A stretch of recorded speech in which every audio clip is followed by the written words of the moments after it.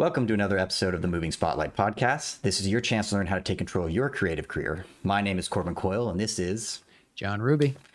So John, we just interviewed Ashley Robinson, and she is a very inspiring person because she has so many things that she's got going on in her life. And I've just found that fascinating. She's a comic book writer. She's a podcaster. She's an actress.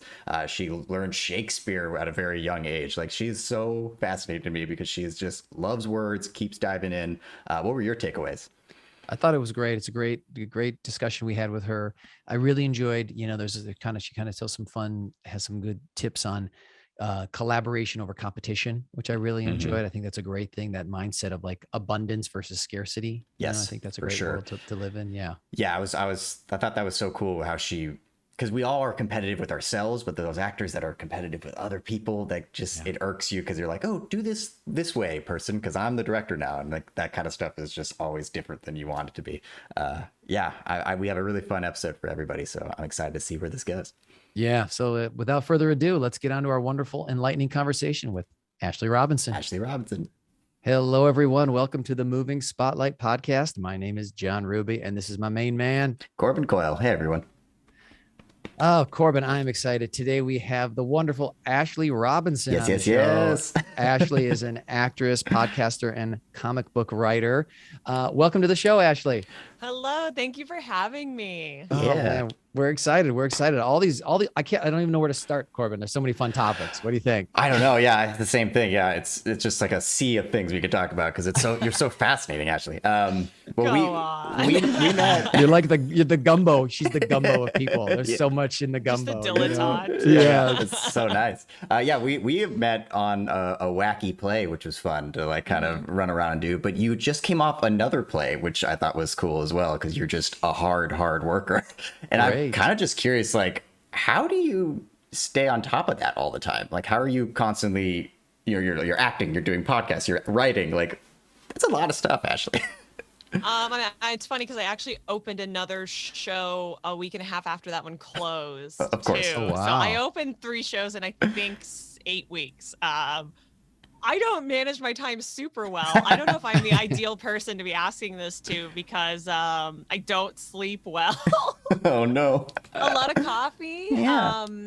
A lot of organizing with all of this stuff that is like self-produced and self-managed. Like, we have a meeting once a week and we talk through it, and it is like a living document. And there's a lot of, I live in Google Docs and Google Sheets. It's a lot of that. I live in my calendar on my phone.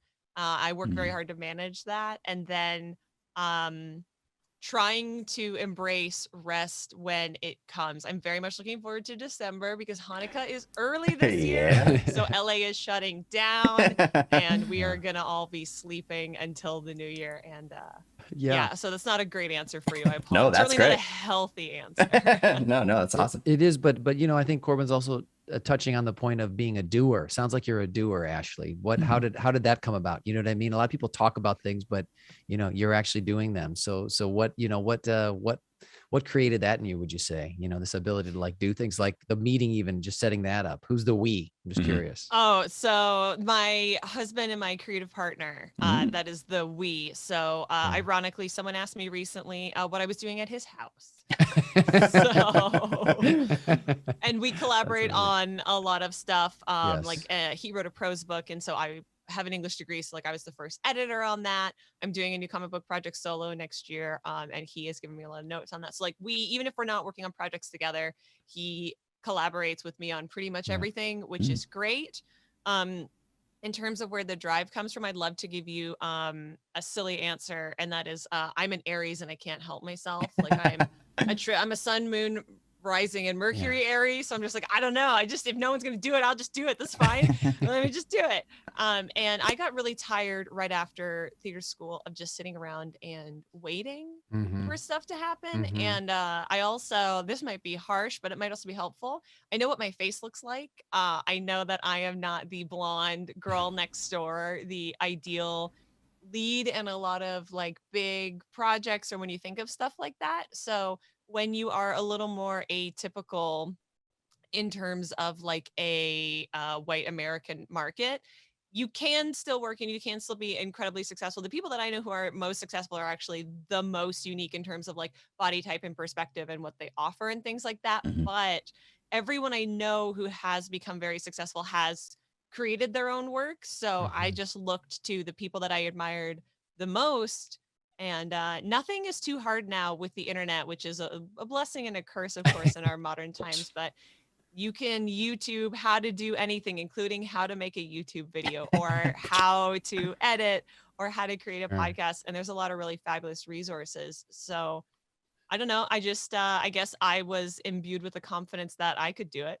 So For sure. I just try. Well, I love that. And I love that you mentioned having a partnership, and you know, you said it was your husband, but I think that's always, there's a couple of things. One, it holds you accountable when you're working with someone else. It also, like, if you're kind of having a down week, maybe they're having an up week, you know what I mean? So, you know, if they're having a down week, you know, so there's something nice about, you know, if you're trying to push, you know, Sisyphus, if you're trying to push that up the hill all by yourself, whatever that project is, it can get really overwhelming. And a lot of times you're the only engine, you know, and if you stop, the project stops. And that can still be true, but at least if you have someone else to work with, they can keep, you know, the ball rolling, which I think is a really wonderful thing. And so it's great that you have that, you know, it's wonderful. Yeah, to carry the Ovid's metamorphosis metaphor a little further, you become That's as deep as I can go. like, Actually, that's as deep as I can go. You become a little more like Echo. You're like looking at the reflection of your favorite person in the world, going, "I love you." Yeah. I love good you. job. It's a nice. little more like that, a little less like Sisyphus. That's good. How do you like manage that with your husband, like giving notes and giving those things? Is it because it has to come from a loving place, but it is kind of difficult to, sometimes the closest person can really hurt you. You know, you're like, I love this project and you're not saying nice things. So like, how do you have that conversation? Is it something you give beforehand or afterwards, or how do you deal with it?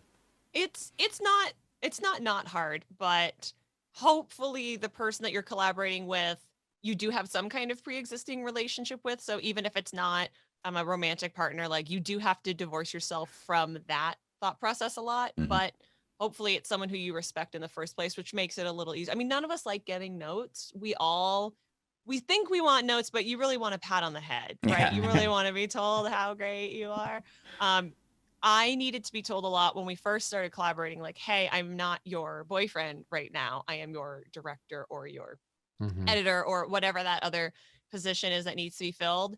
And it's a lot of trying to take things and put them in the correct boxes. So if you are feeling, or if I am feeling like any kind of hurt, which is valid, right? However you feel is correct, because it's how you feel. It's like a genuine reaction. But it doesn't mean that I have to bite back if I think that something is not right. And also the thing with notes in particular is you don't have to take them. You don't have to follow all of them, but sometimes just what it makes you think about is really worthy. And I also recommend this to everyone. I'm in therapy and my husband's in therapy, and everyone should be in therapy. That's my Therapy's hot great. take. Yeah, therapy's awesome. Yeah.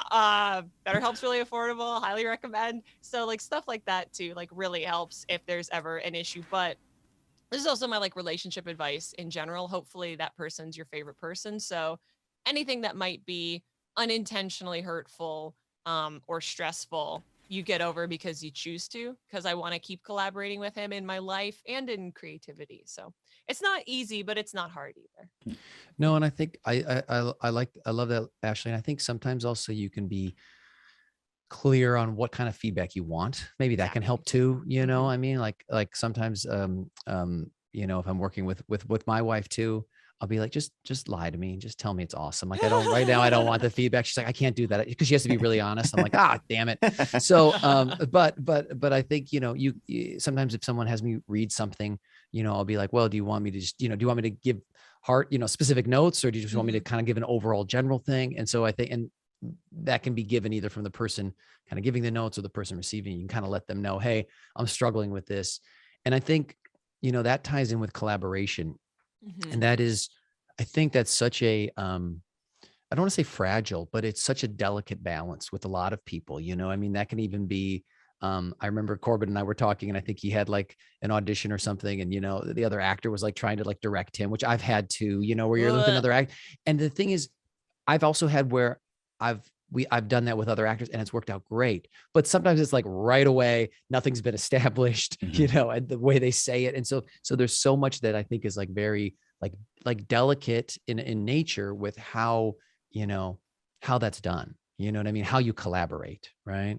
You have to make the conscious choice of collaboration over competition, particularly in something, right, like an audition or like a pitch session, because it is also very easy to get mired in that. And it's like I also choose a lot not to be envious of people I know who get jobs that I would have liked to get. But if I was never even in the equation, then like the envy's just poison to begin with, and you don't gain anything from that. So I don't understand sometimes when you go up for something, you know that you're wrong, and they'll tell you in the room that you're wrong. And they're like, oh, but do you know anyone else kind of like you? Because you're usually a puzzle piece they're looking for. And some people won't give out names. And like, I know a bunch of other white ladies with brown hair who are kind of loud. And if they get the job instead of me, hopefully they say my name in the next room. Like that's something that you talk about, like collaborating can be hard sort of on any level. Yeah. Something I try to embrace a lot. I feel like every job has that, where it's just connections and making genuine connections. Like you can't really force that. So if you're a good person, you hope that it comes back around later, you know, exactly as you're saying. And that, I love your competition versus collaboration thing, because that's where kind of what John was talking about. That's where it comes from. This person who's like, ooh, you didn't do it right. And then you're like, no, I tried my best. Like I'm willing to, I'm an actor, I can shift it, but like, let's talk about it. Let's try to figure it out, rather than this competitive nature, which I think is easy for everybody. That's partially why we do what we do, because we want to be the best, but it's also competition against yourself more than anything else. Very that.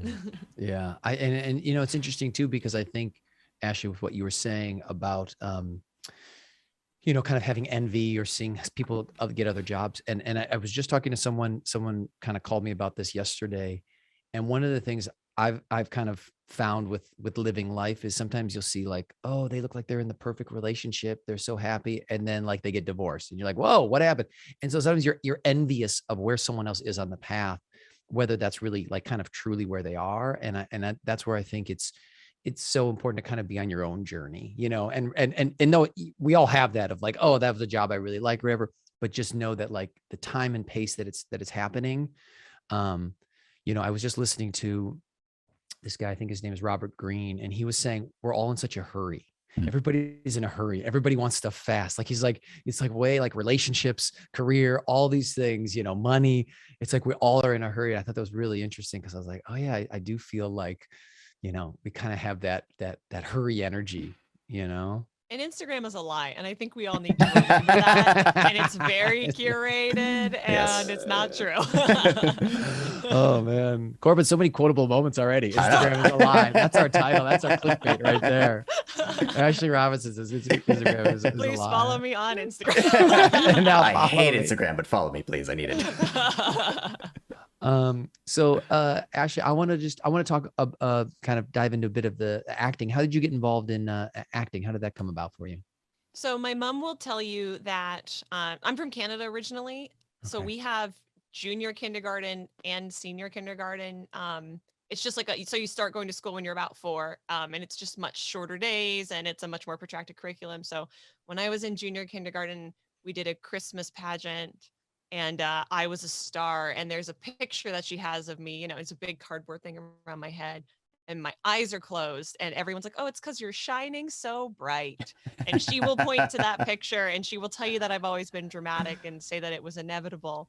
But what it really was is I saw the first Lord of the Rings movie, and I fell in love with it. So it's my favorite fictional thing in the whole world. I have Aragorn's sword hanging out of my living room. That's awesome. And I had read that Elijah Wood was 19 when he started playing Frodo, not understanding that he'd been in the industry since he was 3. He was repped by, I think, CAA at the time. He had a lot of connections, which allowed him at the age of 19 to be playing Frodo Baggins in the lead. And I said, oh, I could do that. And at the time, I was living in a town called Stratford, which is in Ontario, Canada. And it's named after Stratford-on-Avon. And it has the largest professional Shakespeare festival outside of the UK. And so it has a lot of also really great like theater school options and community theater. So I said, I want to be an actor. My parents said, great, go be an actor. And what was really fortunate about that is, so all of my like earliest stuff that wasn't, school Christmas pageants were Shakespeare. The first like full length scripted play that wasn't written by a teacher or for like students I did was Hamlet. And I was Rosencrantz in Hamlet. And if you can fall in love with that and that's your building block, I feel like anything else you can tackle and you can handle. So that's what really got me into it. And then I obviously got enough ego strokes that I thought I was good enough about it that I moved to the entertainment capital of at least the Western world. I'm not going to not give Bollywood its due. So it's interesting because when you talked earlier, did you say something about you had been like an English major or something with yeah, so I studied English and theater. So I studied English with a focus on Arthurian legend. So that's like, and right, and then like so King, the line King Arthur, King Arthur and stuff. Yeah, oh so my gosh! The line to that to Lord of the Rings to acting is like a very straight line. Yeah. For me, I have a lot of thoughts about the Green Knight from A24. But what I was thinking about with that too is that you obviously fell in love with words, right? I mean, that's something that's really interesting because I try to encourage, actors and artists and things that like words can be so important. And we, especially like using, you said, Shakespeare, just how he uses the words and writing and even, in the stories of King Arthur and stuff. So it sounds like you really have a strong relationship with words, right? And I grew up in a bilingual household. My mom's family's all French, so de ma famille est français, donc je parle. I'm learning German right now. And one of my cousins is deaf, so I also sorry. Oh, yes. Wow. So like, language and words, I think words are very interesting. And I like derivatives. I took Latin in high school. And like learning where and when the words came into our language is something that I am particularly interested in. And like you said with Shakespeare, like food, good, and blood used to rhyme. So when people talk about time traveling and where they would like to time travel, it's hilarious to me that we think we could understand anyone more than maybe 100 years ago. Like there's no way. Middle English, we'd be toast, friends. We would understand. And they think we were witches, so they'd probably burn us. What's that, an iPhone? Yeah, they would for sure burn us. Yeah, as a woman, you could maybe get away with being like the medicine woman who lives on the village and delivers babies. But I think as a man, they're just either going to make you the king or they're going to kill you. Yeah, well, that's a gamble. So Ashley, for some reason, I feel, did you read a lot growing up? Oh yeah, my parents very much were like, you can, as long as you're reading, you can read anything you want. Yeah, we're fine. Like you can stay up all night. We don't care. When we would drive long places on vacation, we got a book to take in the car. And I think according to Goodreads, I'm up into 60 books so far this year. Nice. So. Wonderful. I am also, I love to read as Corbin knows. And I'm a big fan of, I just grew up reading. My sister did too. And then even with my son, I have a 5-year-old son, and sometimes I think parents get worried of, with spelling and all these things and reading. And I'm just like, just get them a topic that they love and they will just read the crap. You know what I mean? It's like, whatever that thing is, it's just like, if they're into Pokemon, if they're into Minecraft, if they're into dinosaur, whatever it is, like if you get them books on that, they will learn all that stuff without even having to like sit down, in my opinion, because they're so excited. At least I remember being like that. And so that's why I was curious, because I felt that energy from you. So that's pretty neat. Yeah. I can't take the computer out to the bookshelf, but we're a lot of books in this home. I'm reading House of Leaves right now. It's 1,000 pages. Yeah. And it's scary. Well, I just finally got past the point where the text is starting to shift around. So I now have the 200-page prep to now be scared, because you're like holding it upside down and you're like, what is happening? Yeah. There's a huge like section of the Aeneid and it was just all crossed out. And I was like, you're lucky I've read this in English and Latin, because I'm not going to reread this now. That's a good point. I kind of want to pivot back to like the acting thing too, and kind of in this word realm as well. When it comes, I don't want to know all your prep and everything you do, but when it comes to prepping in general, like what is it, do you like to look at a word and just try it in different accents, do different things? Or how do you like to really dissect like Shakespeare, something that's so complicated, and like being able to memorize that and keep it loose, but still have it, Oh, no way. Shakespeare's the easiest thing. Oh, yeah, it's super fun. I'll take memorizing Shakespeare over contemporary text any day, because there's a meter to it. So if you get the wrong word, we all swap like which or that, or you switch similar words. It's much harder to do in verse because you won't keep the meter. So I do the thing where anyone who's studied Shakespeare knows this, right? Where you put the stress and the pause above. And then any word that I don't know or seems used in a context that I don't understand, I will look it up under like an Elizabethan or Jacobean meaning, because words also lose their meaning over time. Like we use the word epic to just mean kind of cool. And epic actually means, the way the word awesome actually means something that is greater than a human person, more powerful or larger or faster. And knowing that context, I think, can be really interesting because it will change what you're actually saying to people. And then I very much ascribe to the rule that if you say it 25 times, it becomes as much a part of you as your own name. So I like to break it down by threes because I think 3 is like a magic number. So I'll like read it 3 times and then I'll try to memorize it and do it 3 times and I'll go back and do it 3 times. I just do that until I hit about, 25 doesn't divide by 3. I understand for the math people at home. So probably about 24 times. I was going to say.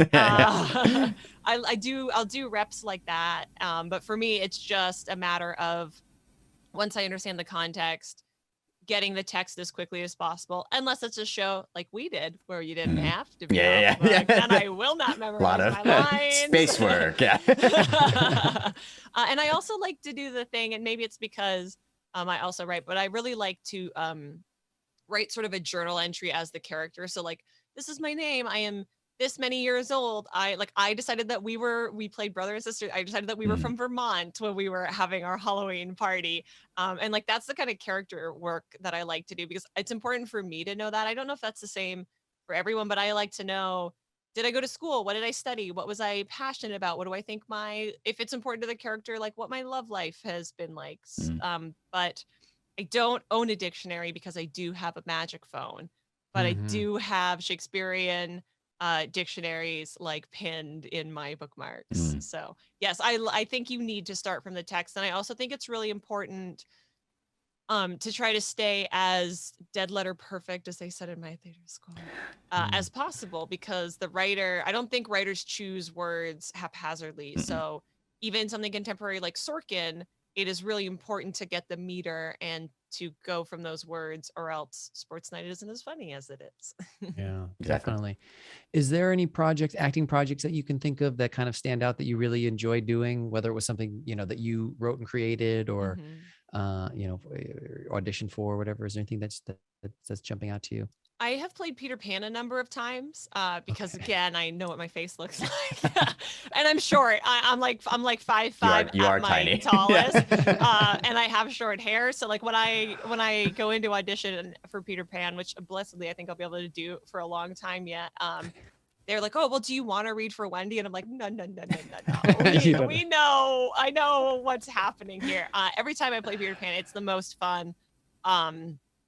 Because I also kind of think little boys are monsters, and it is very fun from a performance standpoint to tap into that wild, unfettered energy, because I think for me, the arc of Peter Pan is actually, it's Wendy's journey more than anything. And it's her growing up and not being a child, ironically. So her coming in and being the mother and changing their dynamic and changing Peter is what's the most interesting to me. So I always try to take, depending on the type of production, I try to take him as close to like Jack from Lord of the Flies as I can get away with. Yeah. And then hopefully at the end, you're like sad to see Wendy go and he's grown up a little bit too. But those are always my favorite. The first production I ever did was in Ottawa, which is the capital city of Canada. And I got to fly for that for the first time. And we had like the Matrix, the 2-point harness on the side. So you can sort of like do flips and stuff like cool. that. Yeah. And it is deeply uncomfortable, but it's also like low-key the coolest thing you can do. Like it's so much fun. But then you do it as a woman and you're like, I don't know how men do this. This seems horrible. Do they teach you? Do they do anything to like prepare you how to do these flips, or do you just kind of throw you out there? If the production has, I've also done Peter Pan where you fully just have like a harness and they just sort of lift you from like your shoulders. If the production has if they have enough money to have a full flying team, they'll teach you how to do it. Yeah. But if not, then no, you're kind of left on your own. But if you can do like a flip in a pool, you don't even have to be able to like do one without the aid of buoyancy. But if you could do it in a pool, you can do it in a harness because you're sort of lifted a little bit above your center of gravity, and it makes it a lot easier. It just feels like so much could go wrong there, Ashley. I just feel like there's so many. I've never fallen. Okay, good. They always put a big guy on the end, a big strong man, so it's fine. You're only also truly, I mean, I think I've only been up maybe 10 feet. So like, okay. If they don't drop you on your face, you're probably not going to die. It's fine. It's funny. Someone I knew, he was in the touring company of Hamilton. Mm-hmm. So, and so he was kind of one of the ensemble members, and I was asked him, anything, any kind of mistakes ever happen or something. And he said one time, I don't know if it was him or another person, but like they did like a kick, and like the person's shoe went flying off like into the air. It's like the shoe's like flying. Yeah. But the thing was like, they all were so good that like kind of like in the movement of like moving around, someone just like scooped it up and like threw it off stage, and then they just kept going. Good for them. But exactly. Like, so they just kind of incorporated, I guess. But I just love, I actually really enjoy when stuff goes wrong, but it's like solvable, and it's not, no one gets hurt, so that's why I was just curious with the harnessing. Cause yeah, that's good. That's I've never been like, seriously bodily injured in a production. I have been stabbed once in a rehearsal. But like not deep, like, and it mostly was like along my side, but yes, I've been stabbed with a sword. What happened after? Like, did they just kind of rush you to the emergency room? Like, what did they? Oh no! It just like broke my skin. And it was like an épée. It was like a rapier, so it was blunted end.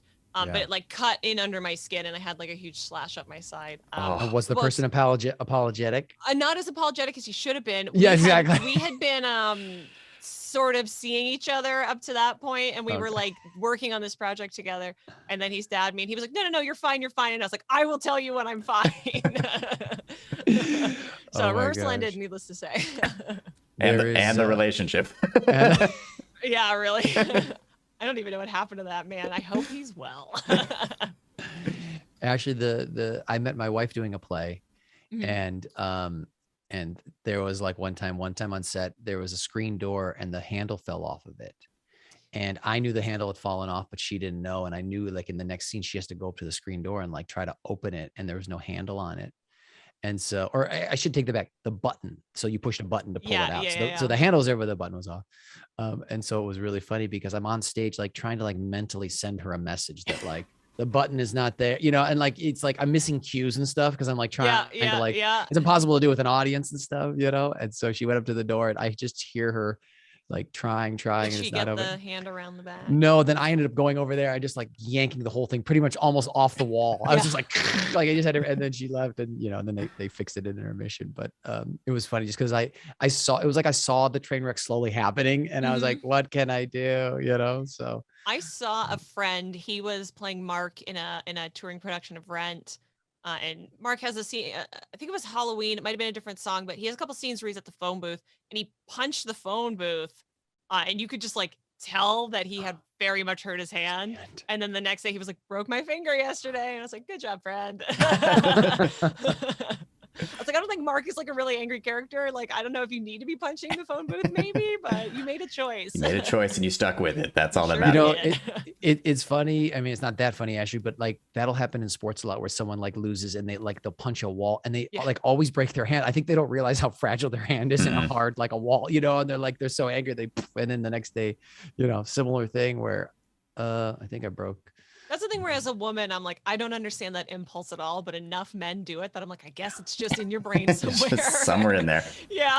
But actually it does cry at everything. So but that does, you talk about Peter Pan. I was going to say this is like, my son is 5 and I mean, there's a lot. And I think, like boys and girls are very equal in a lot of ways, but boys at that age are missing brain cells and they are like, they're like run into a wall. They're like run into a wall. I swear to God, I've seen boys do it, and girls are a little more cautious, so like, there is something interesting about that energy. That's just like, what is going on there? For sure. Ashley, I was curious, what advice would you give, other actors that want to create projects? right? Oh, So I don't yeah, have so good whether advice for this, but I have advice. well, maybe, I mean, you could even start with like your podcast. I know you have a podcast. If you want to just tell us a little bit about that and just kind of, if you have any advice on that world, it'd be interesting to hear about. So ultimately my advice is you have to do it. Like you just have to do the thing, whatever it is. It doesn't even have to be a creative project. If it's moving or like cleaning your house, or starting therapy or going on a date, like you just have to do it. And I know that that's not the advice that anybody wants, but yes. So my podcast is going to be 8 years old next Wow. February. Wow, We're congrats. almost gonna have 400 Hit the Ashley. Where's episodes. that button for the applause on your board there? Oh, That's what hang we on. need right now. I think it's this one. No, that's the one. There it is. Corbin, I'm if we not had the engineer, budget, as you can tell. that's okay. 8 years in, Corbin, we'll have that. So, Yeah, okay, yeah. good. So go on. So 8 years, that's great. That's great. My full advice is two things. One, get a collaborator who is more capable than you. Yes. 'Cause that's what I did. My podcasting partner is Jason Inman. He used to work he was the first employee at Rhett and Link and created Good Mythical Morning. He worked for Screen Junkies. He hosted for DC Comics. So like he was very much in the new media, YouTube podcasty type space. And he had done a podcast before I came along. So he had like a base knowledge that I didn't have. So that makes it a lot easier because I didn't have to go on YouTube and go, how to do a podcast, but you can do that. And people will tell you, you can start a podcast with just your magic phone in your pocket. I mean, if you want it to sound a little better, you can buy a snowball mic. They're like $50. Like it's super easy to get like basic equipment to be just a little bit better. But also don't start a podcast because everyone has a podcast and Conan invented podcasting in 2019. The market is saturated. I don't need any more competition. But if you are going to ignore that advice, I would say pick a very niche topic that you can speak passionately in a long form about. So my show is called Geek History Lesson, and it is called that because that is what it is. We take a character from pop culture and teach you everything you need to know about them in about an hour. At the time of this recording, maybe I'll date it. I don't know if you're banking episodes. We just did an episode on the Eternals because there is a Marvel movie about the Eternals coming out. And we picked, so our niche is like comic book superhero fans. And we usually attract a little bit of a more intense crowd because we're going into comic book and publication histories. We're like talking about how Jack Kirby pitched the Eternal series and then how that leads into who the characters become what they are, and all of your decisions around the podcast, everything from, do you want to have goofy sound effects? Do you want to do characters? Do you want to take advertising? Should be in service of that audience and that topic. I think when you start to branch too far away from that, then that's when you get into trouble. So something that you are passionate and if not knowledgeable about, if you're willing to read all of Jack Kirby's Eternals, then you might be a podcaster. It's a big commitment. That's kind of cool. Actually, speaking of, I saw that you had an interview with Kevin Smith, and I don't know if we talked about this, but my cousin is in Clerks 3 and Clerks 2, and I was just kind of talk about that. Yeah, it's crazy. One day. Yeah, crazy that you did that. How was talking to Kevin Smith? What was that kind of experience like? He was lovely. So that's a project that we've been doing for 6 years. My husband's a veteran.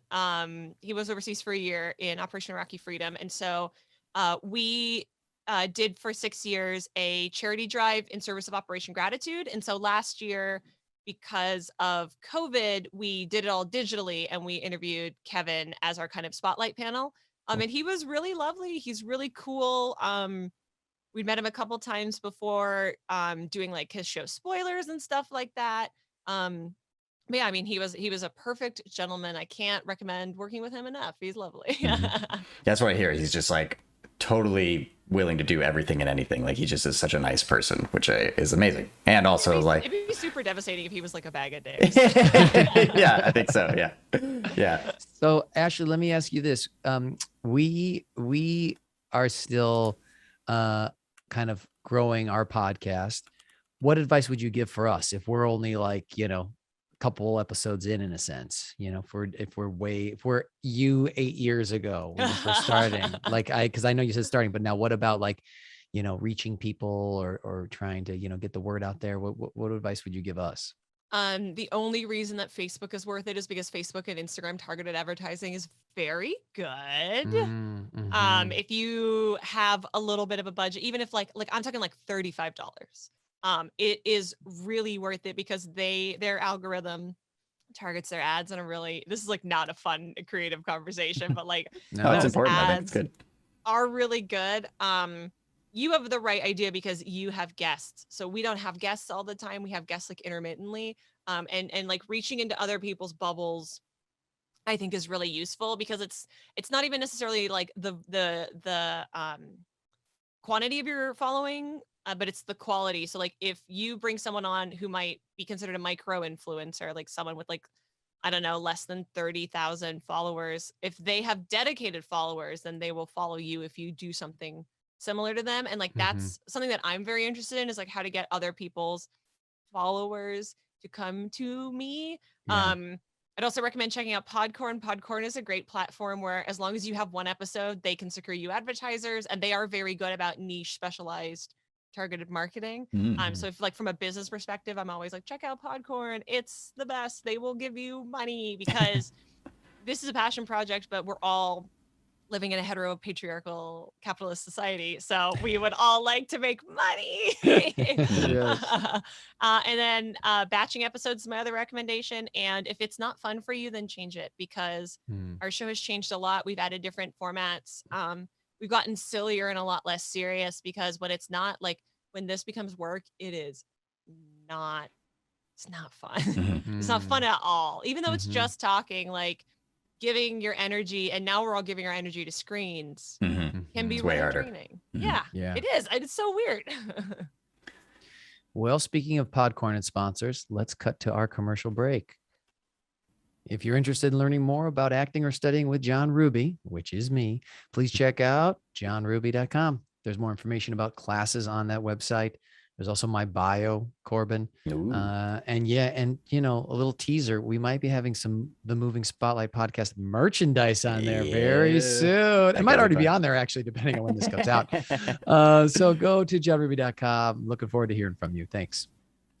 Ashley, what are some of the biggest challenges that you face, would you say? You know, or challenges living in the most expensive city in the world, probably. I think I mean that glibly, right? But also not completely, because anything with pursuing fun creative projects, whether you're hosting them or not, it takes time and money and effort, and like that's a real thing. Probably time management, which is hilarious because like that's what we let off with. I am not as smart and focused with my self-care as possible.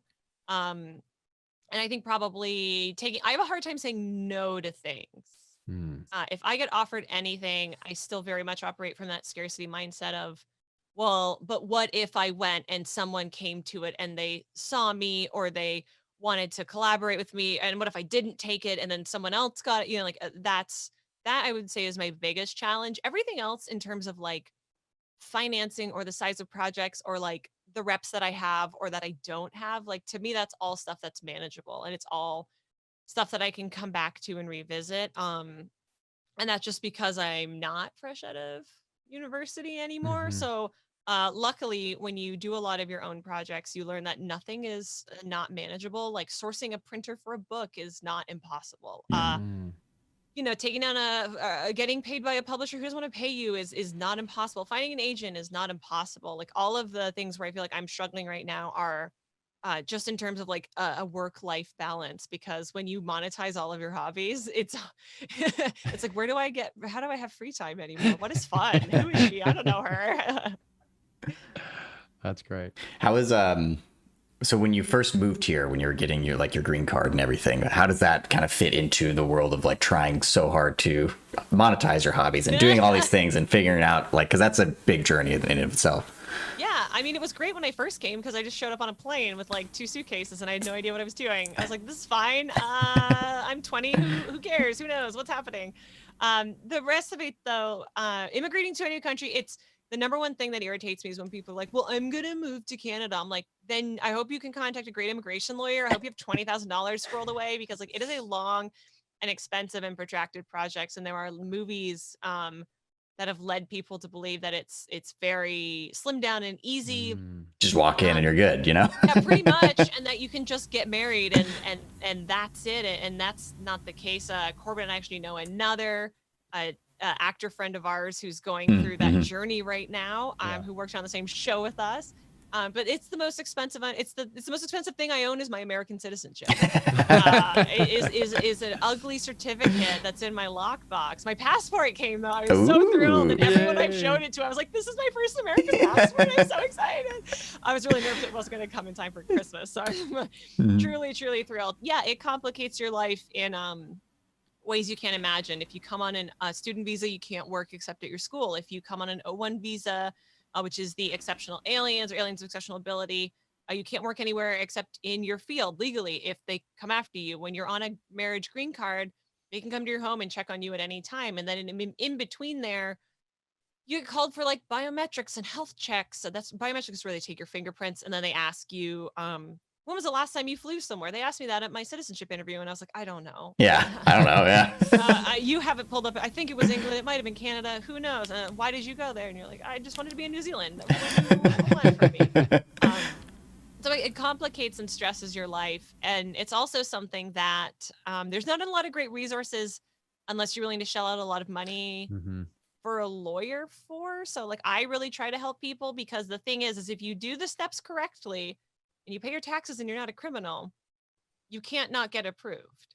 They can make it a longer, more complicated process. I would assume that it's similar in all other sort of first world ally. I would assume it's similar in England and Australia and Canada.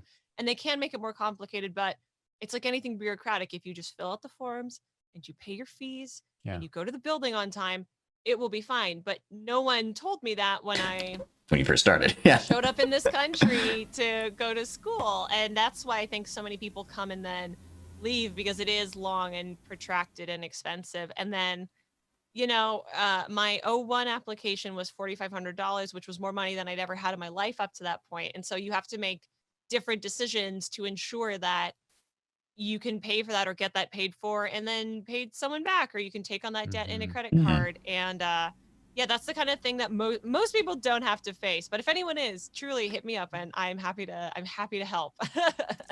Well, that is a a nice offer, and it is a struggle going through those things. And this is not the same. And I'm excited you got it. But I was just thinking, we're doing a little bit of remodeling, and the architect came out and we were asking him questions about what we need permits for and what's going to be approved.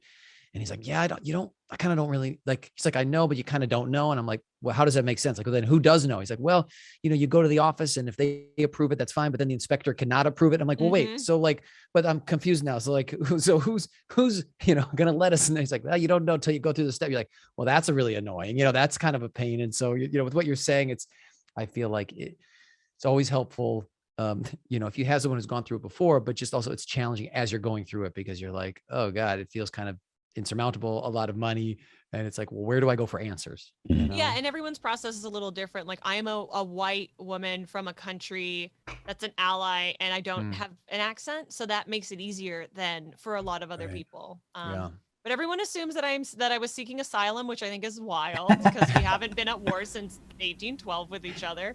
And then other people also assume that I paid someone to marry me, which I did not. And I think happens a lot less than movies might make you believe, listeners. Yeah, it feels way more complicated than it would be. You could just, like you said, follow the steps. Like, you don't have to go through all that.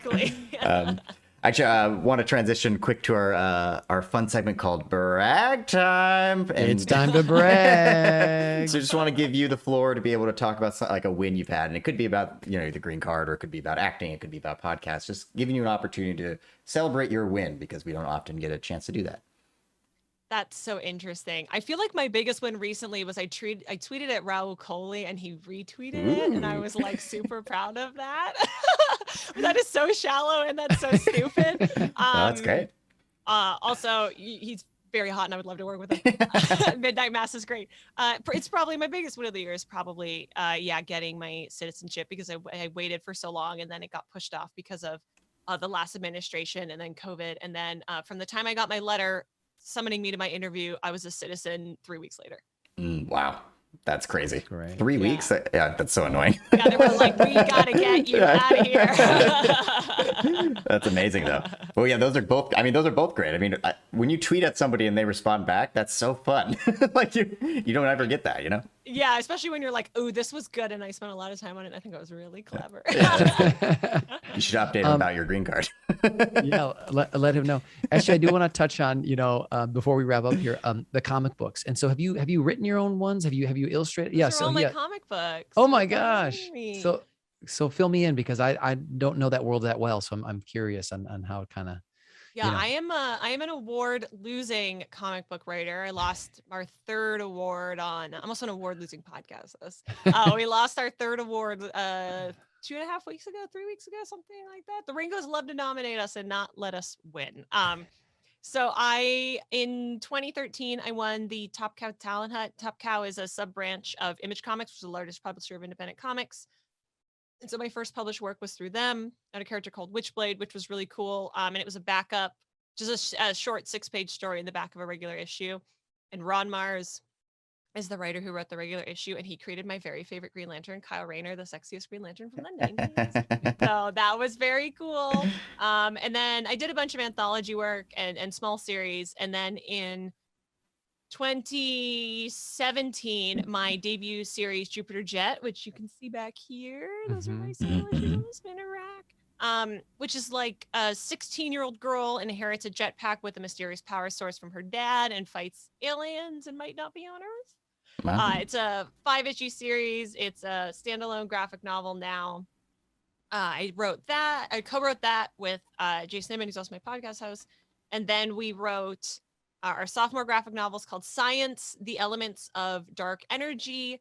And that is what if Harry Potter went to the best science school in America and was a nice Indian American lesbian with robots. They have robot assistants.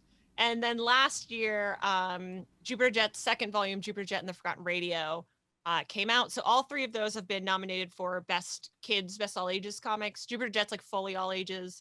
Science is a little bit more middle grade, like 10 to 12 ideal audience. And then my next project is printing my original superhero. Her name is Aurora. The book is called Aurora and the Eagle, and she is like an embodiment of the Northern Lights. And she is a Canadian superhero who has to move to America to train with the Eagle, the most American superhero, so that she can become the best superhero for Canada. So it's kind of inspired by my immigration journey. Yeah. So we're publishing that next year. And if you go to my website, AshleyVictoriaRobinson.com, you can buy them all. And there's no supply chain issues because they're right over there in my closet. So they will ship in a timely manner, and I don't want them in the closet anymore. Please buy them for Christmas.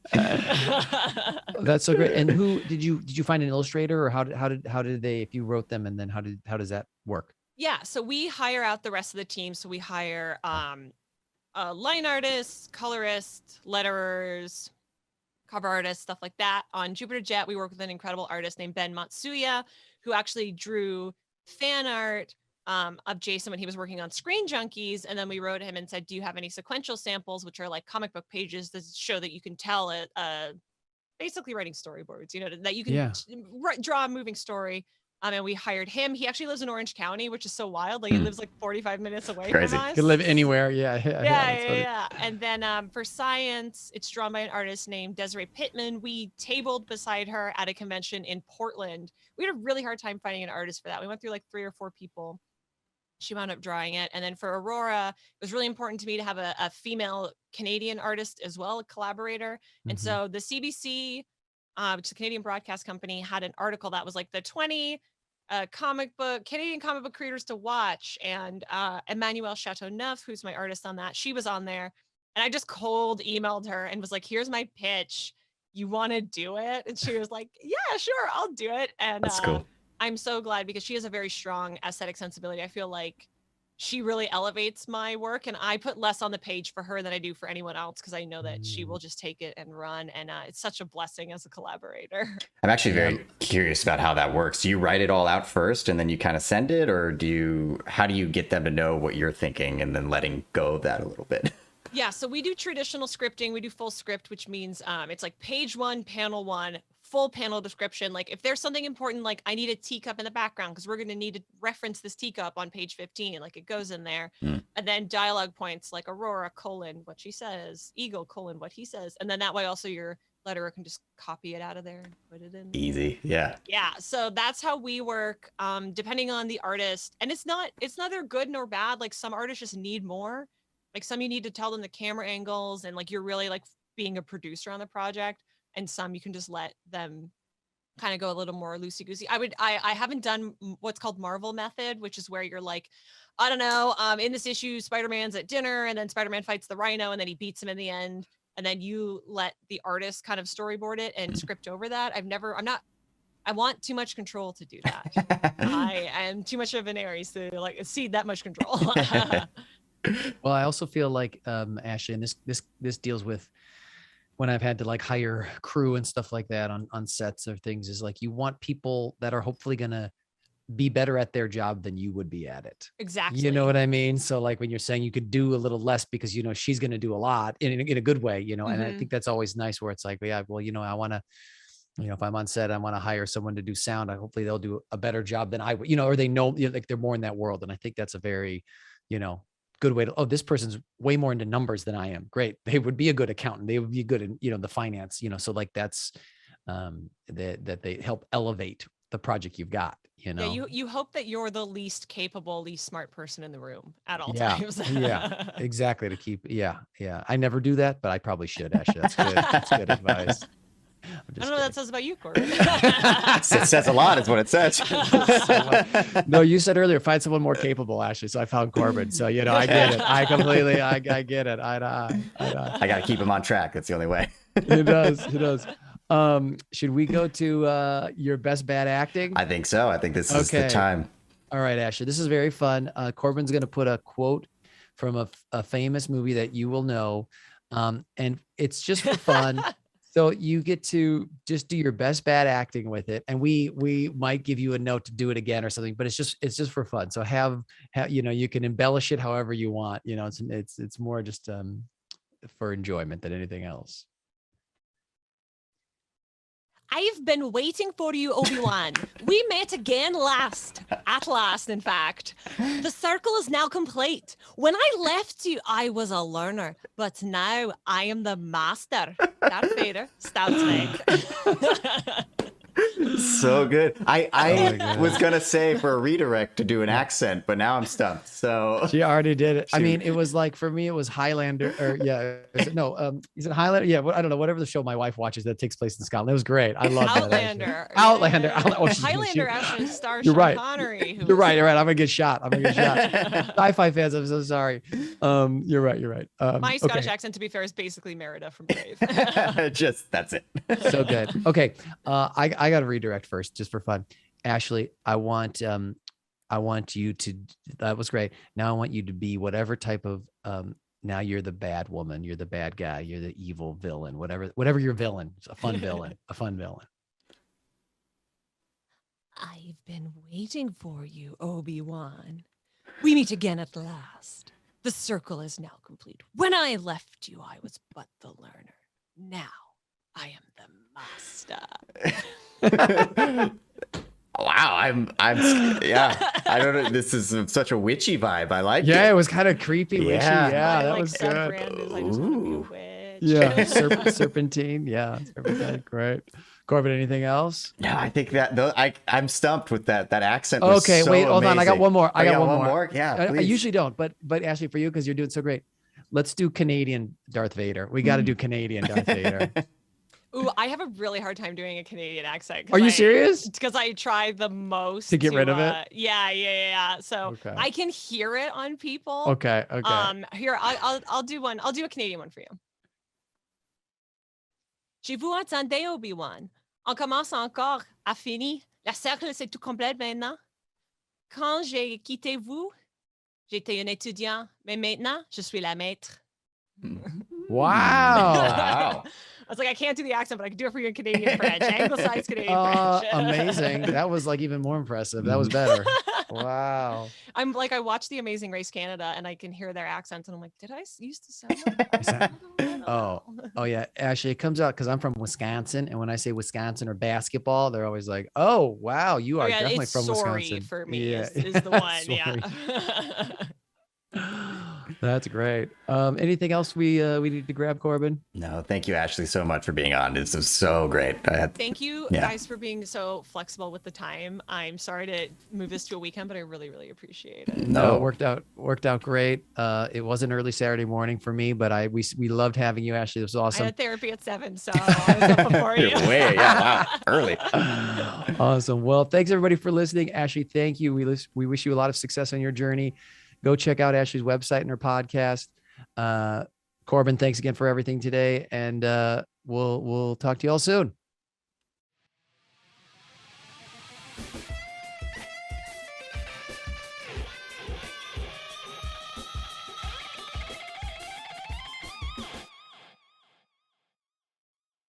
All right, Corbin, it's that time again. It's one fun thing. One fun thing. Yeah. All right. Why don't I start us off this week? So I am going to recommend a book I just read called Set for Life by Scott Trench. Mm-hmm. And what's interesting is it's talking about financial freedom and cash flow. And, it's kind of a very hip topic right now, you could say. Have you heard of, so I have something called fire acting, which is freedom. Well, now I'm blanking on it because I'm thinking about a different fire. Oh my gosh, I haven't done it in so long. Freedom, imagination, relationship, exploration. You got there eventually. Yeah, Jesus, brain fart, everybody. I really know it well. But the reason I was blanking is because there's another financial independent one, which is FIRE, which is financial independence, retire early. So that's where my wires were getting crossed. But this book kind of talks about that idea and kind of the mindset and ways to kind of set up your life towards that. And I thought it was really interesting. So I was reading and it definitely got me thinking about some things on, how people invest their money, spend their time, earn money. So I would recommend it. Check it out. Yeah, it's so crazy. Like people, I don't know the formula exactly, but I know if you start saving at 25 or something, you will have millions more in retirement than if you start saving at 30. There's an exponential spike from saving to investing to all that stuff. So totally. And it's also like if you start at 25 and it's whatever, $200, but if you start at 35 and you're putting in $500, let's say a month, it's like the 200 just could over the, compound and interest and stuff like that. It's just going to add up. So it's such a important thing. It's not the, the sexiest thing to talk about, I guess, but it is, if you want to do more projects, do things that you want to save for, or do whatever, you can actually have that flexibility later in life. And that's great. And I think sometimes, you talk to artists a lot and their eyes kind of glass over, but this is important stuff to kind of at least have a handle on, to know what's going on, to at least have an awareness of, for sure. Yeah. And my one fun thing is very tactical in kind of that same world. So I have a lot of projects, a lot of things going on. So my list is a Kanban board. So I have just a multiple columns and dragging and dropping and doing all these things it's a great tool. I use Trello because it's free. But then I also label each column. I use Eisenhower's method, which is you do urgent, important, urgent, not important, not urgent, important, not urgent, not important. So basically it's the 4 iterations of each one. And each one you kind of know, it's priority 1. This is urgent and needs to be done now. And it's very important. Urgent, not important is more it's going to be important and I need to do it now, but I can kind of delegate it. I can kind of make sure that things can separate from there. And it goes down the list in that order. But then basically not urgent, not important. Eisenhower just says, delete it. It's not important. Get it out of your brain, which I think is kind of nice in a weird way. Cause you can I still have it in there. Cause I'm right, screenplay, whatever thing. Cause I have hope, but in a way there's a bit of you that can just divorce from it, get rid of that out of your mind. You don't want to stress, because that's where the anxieties come up, is if you start thinking about, I'm not making an effort towards this screenplay, when really you don't actually have that planned anytime in the near future. Right. It's on the list, but it's lower on the list, but it's still there. Yeah. That's great. I haven't heard of that. Yeah. Eisenhower's principle. I've not heard of it, but I really like that. Thank you for listening to the Moving Spotlight podcast. Please rate and review us on your podcast app of choice. Yes, and please like and subscribe on YouTube. It helps people find us, and we really appreciate seeing you on there, making comments, doing all the things, like and subscribe. Yep. Yeah, if you like the episode, you can share it with a friend. Yeah, for sure.